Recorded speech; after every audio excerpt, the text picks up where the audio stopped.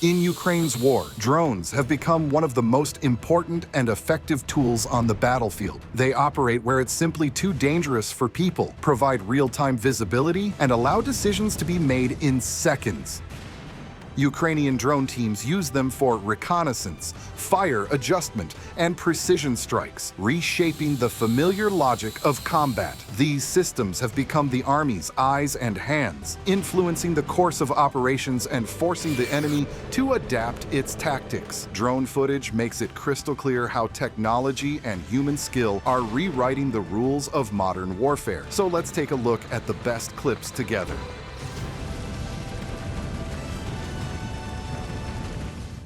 Ukrainian border guards carried out a brilliant operation deep behind enemy lines, where they located a deployed artillery platoon. The enemy felt safe far from the front, but FPV drone operators shattered that illusion with a series of precise strikes. The pilots methodically knocked out the unit's firepower, destroying 3 heavy D-20 howitzers, a supply truck, and a field ammunition dump, instantly taking the battery out of action. The most dramatic and technically demanding phase was the final strike on a fortified explosive storage site, where the operators used a step-by-step breach tactic. The first drones ripped up the entrances and opened access into the structure, and then additional drones flew straight through the gaps that had been created. A direct hit on the main explosive stockpile triggered a massive detonation inside the building, completely leveling the enemy position.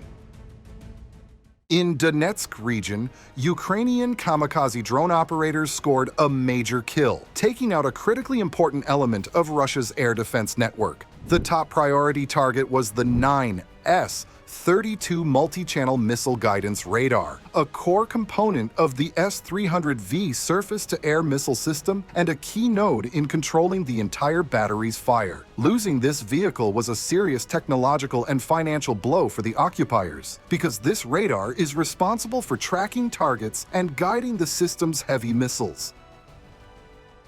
Russia's attempt to pound Ukrainian positions backfired, costing them their artillery. FPV drone operators launched a lightning-fast counterstrike and caught enemy rocket artillery right in the middle of a firing mission. 2 BM-21 Grad launchers were actively hitting Ukrainian positions when strike drones detected them and slammed in, silencing the rocket crews for good.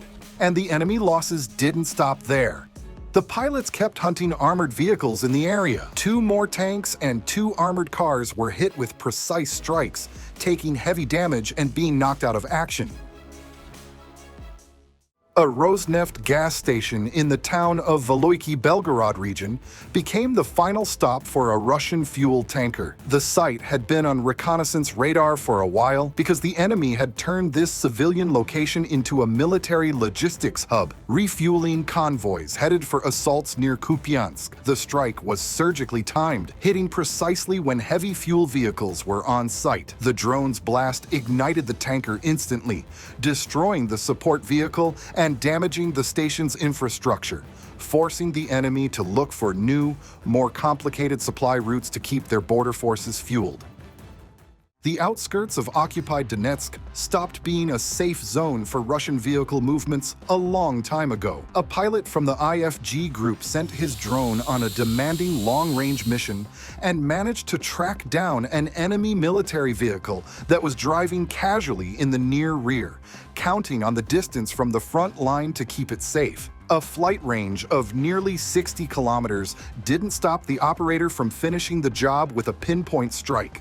The drone caught up to the target and destroyed the vehicle, making it painfully clear to the occupiers, distance no longer guarantees protection from air attacks, even on the approaches to major cities. The strategically important Ilsky oil refinery in Krasnodar region was rocked by a series of powerful explosions that knocked out key equipment across the site. Kamikaze drones punched through the defenses and hit with precision, igniting the vacuum distillation unit and storage tanks holding finished products. The fire was so large and intense that satellite monitoring systems detected it almost immediately. Taking this giant offline creates a major logistics headache for the enemy. The plant processed millions of tons of crude per year and effectively fueled Russia's entire southern grouping of forces. Now, reliable fuel deliveries to occupied territories are at risk of disruption, which will inevitably reduce the Russian army's mobility and force rear area logistics units to urgently look for replacement capacity. In Zaporizhzhia region, two high-value air defense assets on the occupier's side were struck: a Tor M2 surface-to-air missile system and a key element of the newer S-350 Vityaz system, the rare 50N6E multifunction radar. Instead of shooting down aerial targets, these expensive machines couldn't even protect themselves from kamikaze drone attacks. Destroying the radar effectively blinded an entire air defense battalion, because without this station, guiding S-350 missiles becomes impossible. Taking out high-tech assets like these deals massive damage to the enemy's air defense network, exposing a large section of the front and opening corridors for safer operations by Ukrainian aircraft and drones. The logistics circulatory system of Russia's Vostok grouping suffered a major disruption after a deep rear strike in Krasnodar region. The strategic Tamanneneftgaz terminal in the settlement of Volna, a key hub through which resources flowed to the front, couldn't hide from FP2 drone attacks. Hitting this node breaks supply chains across a huge distance, leaving Russian units in the south without timely deliveries of fuel and essential cargo. Supply problems also caught up with the occupiers right on the front line in Donetsk region. Near the villages of Blizhny and Blahodatna, operators identified and destroyed field depots belonging to Russia's 30th Motor Rifle Brigade. These precision strikes deprived the Russian 2nd Combined Arms Army of critical supplies directly in the combat zone, an impact that will be felt immediately in the infantry's effectiveness in this sector. Ukrainian FPV pilots notched two high-priority, high-value kills in one go: the latest Buk M3 air defense system and a short-range cover system, the Tor M2. The irony is that these powerful machines, built specifically to fight aerial threats, proved completely helpless against agile kamikaze drones and were destroyed right on their firing positions. A massive wave of FP2 drone strikes plunged the occupiers in the south into real chaos, knocking out critical nodes that keep the army running. Precise hits on the Melitopol and Molokhansk substations cut power to enemy military facilities, and a successful strike on an oil depot deprived them of fuel reserves. Beyond the infrastructure damage, the drones also dealt a painful blow to the invaders' naval assets. A base used by the 92nd Riverboat Brigade was hit, the place where the enemy hid boats for patrols and sabotage missions. Destroying vessels on the water along with the shoreline infrastructure effectively shut the brigade down, stripping it of the ability to operate freely in the area. A major deployment and training center for Russia's drone swarm was wiped off the map after a devastating airstrike. FP2 drones hit the enemy's entire unmanned aviation pipeline, from maintenance workshops to a critical central warehouse storing warheads for Shahed drones. The detonation of stored munitions and the destruction of a staging base for the newer Gerbera drones turned a secret logistics hub into rubble, instantly depriving the enemy of hundreds of ready-to-launch weapons. But the hardware losses were only part of the success, because the strike also hit the enemy's scarcest resource: people. The attack reached a housing and work site for the operators and technicians who serviced these systems and prepared them for strikes on Ukrainian cities. For the first time in history, a long-range strike UAV, originally designed to hit static targets, successfully intercepted and destroyed a Russian Mi-8 helicopter in midair over Rostov region, about 190 kilometers from the front line. The FP-1 drone demonstrated a unique air combat capability. Using advanced thermal sensors, it ignored the helicopter's flares and kept chasing the target, locking onto the heat signature of its engines. The final attack came from above, striking into a blind spot where the warhead detonation damaged the helicopter's rotor system. This raises serious questions about the safety of any rear area patrol aviation when even cheap drones can threaten aircraft deep behind the lines. That air-to-air engagement was only one piece of a more complex tactical trap, while the Mi-8, acting as a drone hunter, was distracted chasing a single target. It left its assigned sector uncovered. Ukraine's main UAV group exploited the gap and, through the opening, struck a logistics base in Milorovo without interference.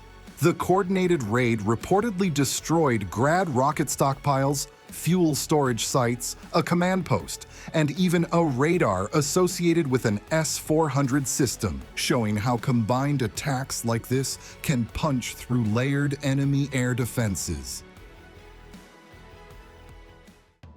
FP-2 drone operators located and struck a rare Valde radar station along with an intelligence command post.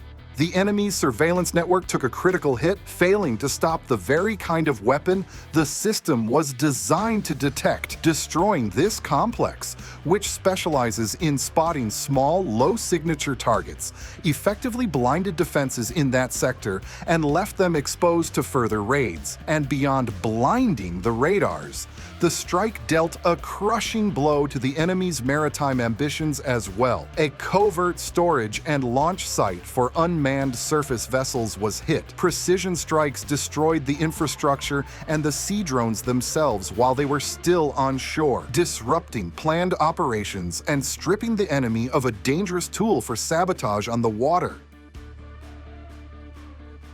A nighttime drone attack shook Russia's Samara region, knocking one of Rosneft's industrial giants offline. The Sizren oil refinery, a key hub for the southern Volga area, took a heavy hit. The scale of the damage is hard to overstate. The facility processed up to 8.5 million tons of crude per year, roughly 3% of Russia's total refining capacity. For a country at war, losing a plant of this size is a critical blow. The refinery didn't just produce gasoline and bitumen, it produced strategically important supplies for the military, diesel fuel for heavy equipment, and jet fuel for aviation. Taking the plant offline immediately creates fuel shortages and complicates logistics because now fuel for the front has to be shipped in from even more distant facilities. A massive FP-2 drone raid turned into a full-blown disaster for the occupiers from Donetsk region all the way to Crimea. Ukrainian drones methodically wiped out rear area infrastructure, destroying an ammunition depot and a vehicle repair base. But the biggest technical loss was the expensive Nebo SVU radar, a system built to control the skies that proved defenseless against an air attack and was reduced to twisted wreckage. The most painful blow, and the one that hit hardest in terms of prestige, landed on the so-called elite of Russia's army and navy. In Crimea, in the settlement of Novozern, drones burned a base of high-speed landing craft, stripping the enemy of mobility on the water. And the operation's final ooter was the destruction of a command post and barracks belonging to the 14th Separate Spetsnaz Brigade of the GRU. Striking the location of staff officers and special forces operators sent a clear message. Even the most trained and most secret units can't feel safe.